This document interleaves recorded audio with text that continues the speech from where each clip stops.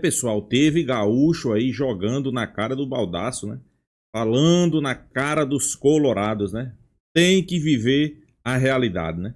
Pois é, o Internacional estava numa realidade que talvez não fosse a real realidade do Internacional, mas eu não culpo só os torcedores do Inter, eu culpo parte da mídia, né? Que a mídia sempre colocava o Inter como favorito a ganhar a Libertadores, favorito a ganhar o Campeonato Brasileiro, Copa do Brasil, e a gente sabe que a situação do Inter não é isso tudo, né? O time do Inter não é isso tudo, inclusive zona de rebaixamento. Pois é, pior, vai pegar o melhor time da Libertadores, que é o Flamengo. Aí a situação ainda complica mais ainda, né? Se basearam muito em campeonato estadual, que eu sempre digo aqui que não serve de base para nada, né? E tem torcedor do Colorado que acreditava que realmente o Internacional tinha um bom time, né? Como o Baldasso aí sempre acreditando, mas dessa vez parece que a ficha caiu, parece que ele foi desmascarado, né? Tem os Colorado aí que é contra Baldasso, né? Jogou tudo na cara dele. E o que será a reação de Baldasso depois dessa derrota e zona de rebaixamento? Tem o Flamengo pela frente, né? Vamos acompanhar o vídeo aí, pessoal. Créditos do vídeo é o canal Debate Raiz, link na descrição, vale a pena vocês lá acompanhar. Sem enrolação, vamos acompanhar o vídeo. No final do vídeo eu deixo a minha opinião. Vamos lá. Colocada para a direção do Internacional e para todo o contexto do Inter é que ganhar o Campeonato Gaúcho não foi o suficiente para a gente imaginar um bom 2025. E eles não sabem disso. Eles não sabem disso. O Internacional continua achando que o título do Campeonato Gaúcho justifica qualquer insucesso ou fracasso no restante da temporada. O Internacional estabeleceu uma estratégia porca para o primeiro semestre. Uma estratégia porca para o primeiro semestre e as consequências aí estão. Se o Inter deu mais do que podia para ganhar o Campeonato Gaúcho, a gente pode até entender. Mas o mais que podia inviabiliza que seja competitivo e regular numa régua mais alta na sequência? Convenhamos, eu aqui gosto de dizer que o Internacional conseguiu as classificações na Copa do Brasil e na Libertadores da América e que teve competência para isso. Mas convenhamos, entre nós aqui, a Copa do Brasil foi contra o Maracanã e a Libertadores da América foi uma classificação da primeira para a segunda fase. O Internacional não fez mais do que a sua obrigação e ainda se complicou nas duas situações. A estratégia do Internacional com suas justificativas simplesmente me dão um nojo, me enojam. O Internacional passou justificando tudo o que está acontecendo no Campeonato Brasileiro pela sequência absurda de jogos, pela carga. Em determinado momento também falou sobre o desgaste emocional que isso acarreta. Ora bolas, me respeitem. Respeitem a torcida do Internacional, respeitem a instituição.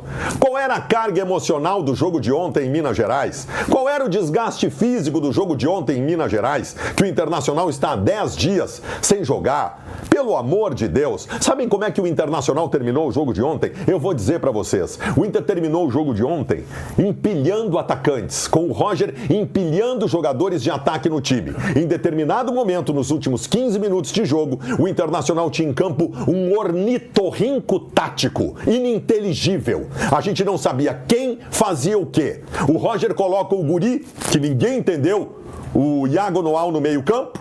Ele mesmo não entendeu o que fazia ali e 10 minutos depois, não bastasse isso, ele pega o guri e joga para o lado esquerdo do campo. Roger não sabia mais o que estava fazendo. O Roger está perdido. O Inter está perdido. O Internacional foi engolido por essa estratégia porca e não sabe como sair dela. O Roger tergiversa durante 35 minutos numa entrevista coletiva e a única coisa que ele não apresenta é solução. O Roger foi um técnico até agora, depois que terminou o Campeonato Gaúcho, que não encontrou soluções. O Internacional, animacional, não inspira mais confiança a ninguém. O Inter está na zona de rebaixamento do Campeonato Brasileiro. Esse é apenas um ponto. O outro ponto é, vai ficar um mês nesta condição. Justamente no mês que a gente imagina ou imaginava que o Internacional com tranquilidade pudesse começar a resolver os seus problemas. Agora, o Inter está com uma nuvem carregada em cima da sua cabeça. Nesse período de um mês, isso certamente vai atrapalhar o processo. E outra coisa, a estratégia porca vai continuar no segundo semestre? O Inter vai continuar tendo como justificativa o acúmulo de jogos que vai voltar a acontecer, como acontece para todo mundo, e ninguém está na zona do rebaixamento como o Inter Internacional está. Como vai ser o segundo semestre? Hein? Sabe o que mudou para o segundo semestre? O Internacional perdeu a possibilidade de se dar ao luxo de preservar no Brasileiro. Senão o Internacional vai jogar a Série B na próxima temporada. Roger não encontra soluções, o grupo tecnicamente começa a falir também, o Antony é um goleiro que falha quase todos os jogos, o Wesley que é o lugar da Fernanda Torres no Oscar do ano que vem, né? Porque simplesmente é um teatro o jogo inteiro, simula cotovelada, simula queda, simula tudo durante o jogo, e nós temos um arremedo, uma caricatura do que já foi o jogador, e assim vale para outros também. Eu gostaria muito, Leonardo Meneghetti, de estar aqui preocupado apenas com a qualidade do grupo de jogadores. E existem coisas para a gente falar sobre isso, sim. Agora, o problema não é só esse. O problema está enraizado. E a direção do Internacional está achando normal. O escândalo do D'Alessandro emendar férias quando o Inter precisava dele aqui.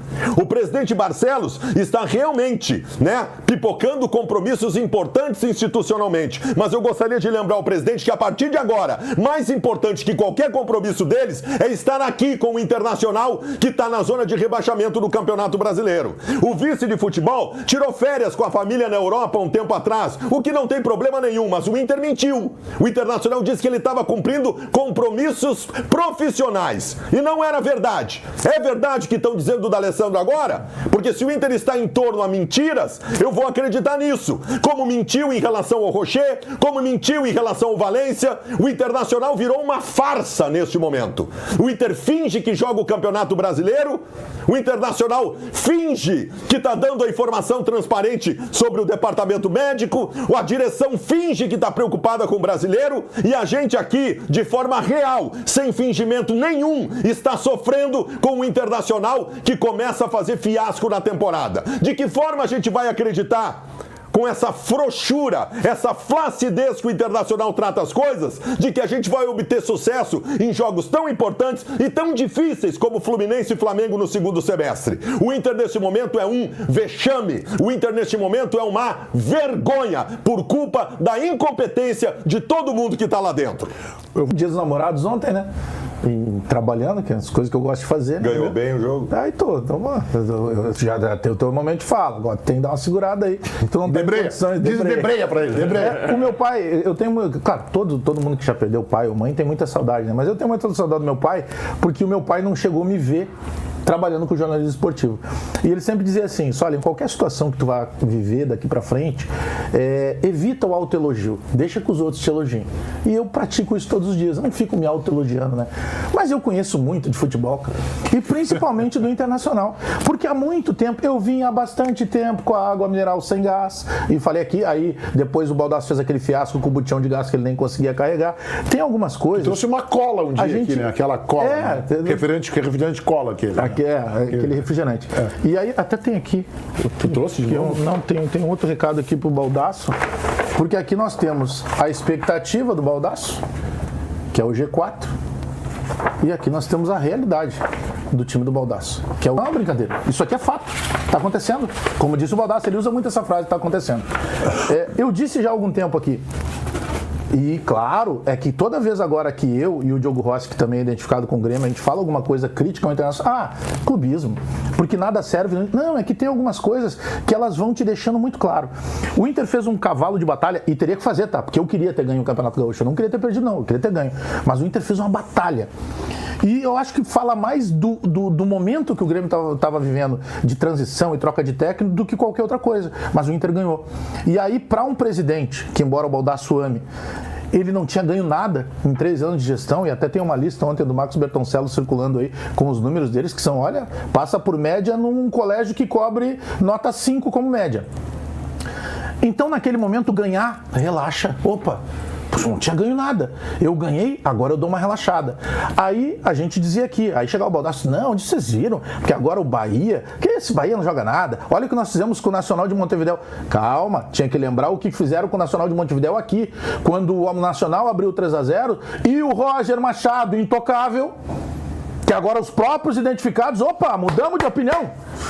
Parou agora a assessoria de imprensa. Agora o Roger não serve mais. Nós falamos aqui, o Roger vai para uma entrevista, eu estou pegando o jogo lá de trás, para dizer que se olhasse só o segundo tempo contra o Nacional, o Inter tinha ganho. Porque o Inter conseguiu empatar dentro da casa dele com o Nacional de Montevidéu em 3-3.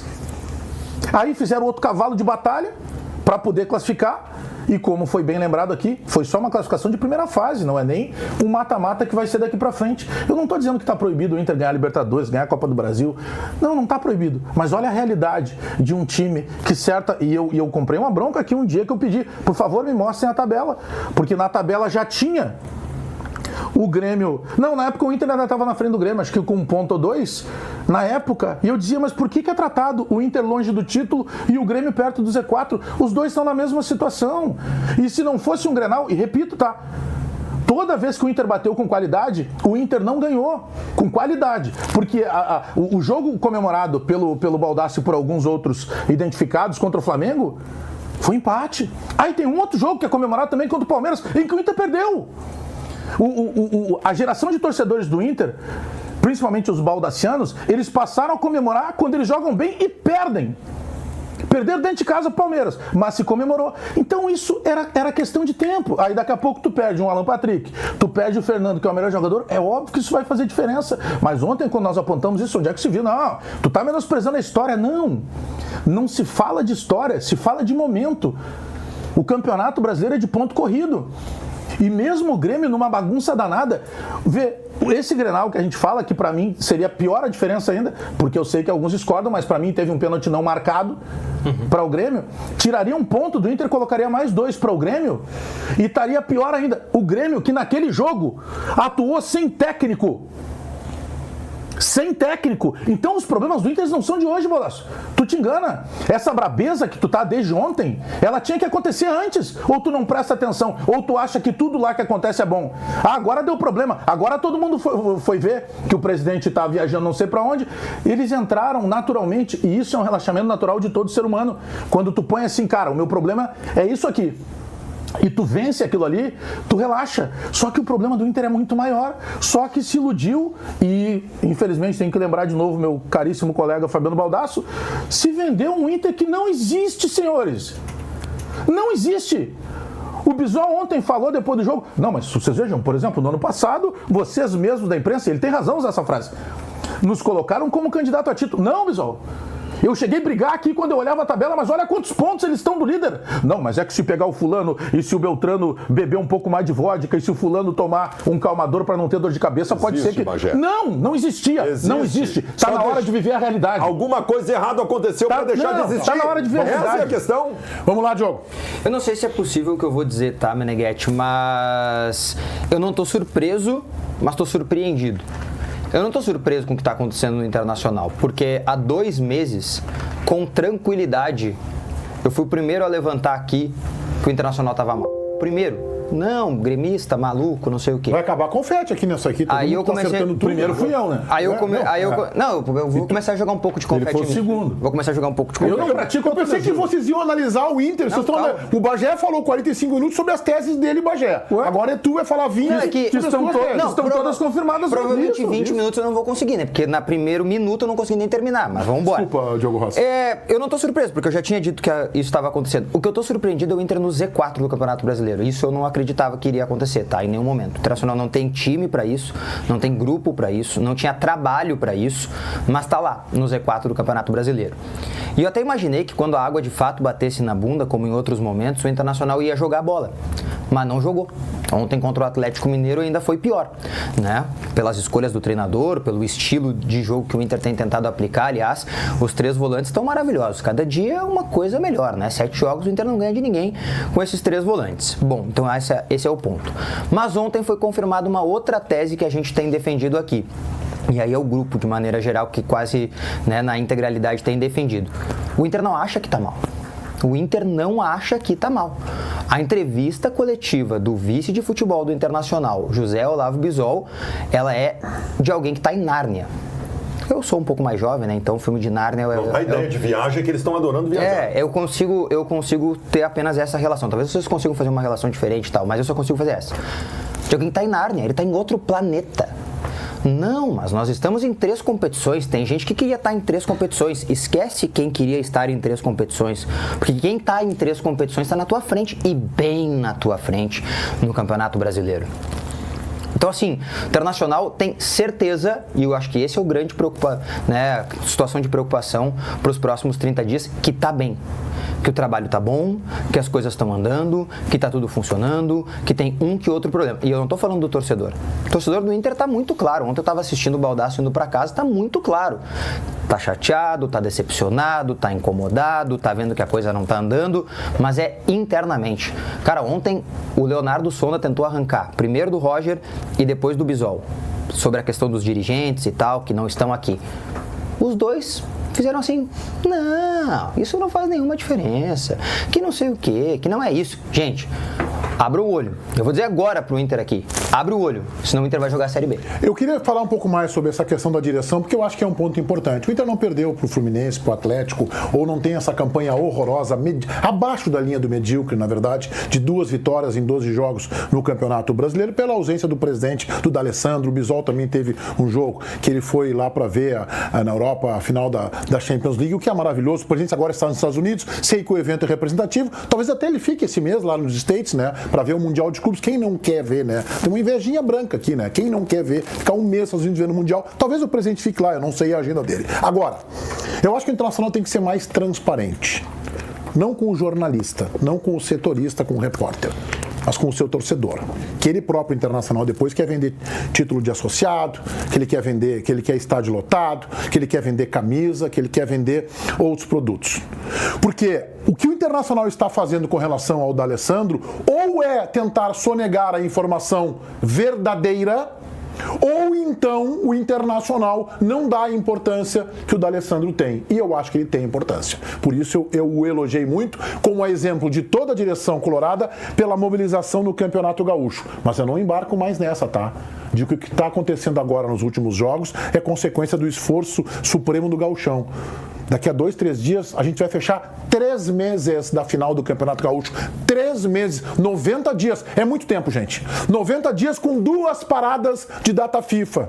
Uma logo depois do Gauchão e a outra agora de 10 dias. Então, essa de cansaço, desgaste, mobilização no Gauchão extrema, quando termina o Campeonato Gaúcho... Pessoal, os torcedores do Grêmio aí jantaram Baldasso, né? Falaram algumas coisas que eu até concordo com eles, né? Geralmente quando inicia a competição, o Baldasso é bastante confiante, né? Fala algumas coisas que às vezes eu não concordo. Gosto muito de Baldasso. Inclusive, estamos sempre trazendo corte aqui do Debate Raiz, do canal do Baldasso também. É um cara aí que fala o que quer, fala o que pensa, né? Podemos dizer assim, né? Sem medo de falar, né? Mas às vezes tem que arcar com as consequências. Como os gremistas têm falado, né? O Internacional é uma farsa. O Internacional é uma farsa, né? Pode até vir vencer o Flamengo, né? Passar das oitavas da Libertadores, mas hoje, quando você olha para o time do Internacional e olha para o time do Flamengo, se der a lógica, pessoal, o Flamengo vence os 2 jogos, né? Se der a lógica, né? Mas Baldasso era sempre comprando aquela ideia, botando na cabeça do torcedor do Colorado que o Internacional tinha um grande time, e pior que a mídia comprava, né? Isso, né? Eu via muita gente aí dizer que o Internacional tinha um time fantástico, que o zagueiro do Inter era o melhor zagueiro do Brasil, que o treinador Roger Machado teria que estar na seleção. O futebol brasileiro é incrível, né? Não para por aí, né? Também diziam que Alan Patrick teria que ser o número 10 de uma seleção brasileira, né? E hoje está nessa situação aí de uma segunda zona de rebaixamento, né? Possível segunda divisão, né? Aí complica, né? Complica para o torcedor do Inter, complica para aqueles que defendem o Internacional, né? Às vezes é preciso jogar na cara, né? E desmascarar os torcedores, né? Às vezes é do Internacional, às vezes é até mesmo do Flamengo, né? Mas eu acho que a parte da imprensa gaúcha está mais do que certa, né? Não pode se vir um campeonato estadual, principalmente o campeonato gaúcho, que tem apenas 2 times, não pode servir de exemplo, não pode servir de base, não pode servir de estrutura, não pode servir de parâmetro para nada, né? Principalmente quando se fala em competições sul-americanas, competições brasileiras, né? Até porque só tem Internacional e Grêmio, então geralmente vai ganhar um desses 2, né? Dificilmente não vai ganhar um, a não ser que não seja um desses 2. Já que no futebol brasileiro, não. Aqui no futebol brasileiro, no futebol carioca, tem Vasco, tem Flamengo, tem Fluminense, né? Tem Botafogo, né? Mas mesmo assim, eu não coloco como parâmetro, né? Se o Flamengo ganhar um campeonato carioca, eu não vou dizer que o Flamengo está qualificado para ganhar todas as competições. Não, tem que jogar bola, né? Tem que jogar bola. E o torcedor do Internacional está preocupado, né? Caindo o rendimento, talvez tenha que viver uma realidade que eles não querem enxergar. É uma realidade ali bem nua e crua, né? Uma realidade complicada. Uma realidade de um time que hoje não é um bom time. Hoje o atual elenco do Internacional não tem grandes jogadores. Não, é uma realidade que às vezes o torcedor internacional não quer aceitar, né? Mas tá escancarada, né? É uma verdade que tá escancarada, né? Podemos dizer assim, né? Então, fazer o quê, né? Eu acho que o torcedor do Internacional tem que aceitar, tem que cobrar do time, ok? Mas às vezes o Internacional, principalmente seu torcedor, coloca coisas que talvez muitos não aceitem, né? E talvez tenha que aceitar uma verdade escancarada como essa, né? O time do Internacional hoje, como muitos, vocês virem a mídia falando, é uma farsa. É uma farsa porque se você é colocado como um dos favoritos, só que não joga como favorito. Você é colocado como um dos principais times do Brasil, quando você não é um dos principais times do Brasil. Você é colocado que tem o melhor treinador, quando na verdade você não tem o melhor treinador. Então por isso que eles estão achando que é uma farsa. Mas pela cabeça dos torcedores do Internacional, né? Porque, por exemplo, os gaúchos que torcem para o Grêmio, eles têm certeza que o Internacional não tinha um melhor time. Como eu também sempre sou flamenguista, mas para mim, o Internacional tem um time simples do simples. Alan Patrick é um bom jogador, só isso, nada mais além disso, né? O Wesley, para mim, é um péssimo jogador.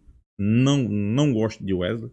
É muita firula, como o Baldasso mesmo fala. Ok, vai fazer um gol, vai driblar, vai criar uma oportunidade, mas para mim, pessoal, tem que ser mais do que isso, né? Tem que ser um jogador decisivo, nas horas grandes ele apareça, faça gol, deixe de firula, né? Mas o torcedor do Colorado tá preocupado, né? Tá preocupado porque os dias se passam, zona de rebaixamento e tem um Flamengo aí pela frente, que é um adversário casca grossa. Então é isso, pessoal. Deixa a sua opinião, se inscreva no canal Fla News e até a próxima, pessoal.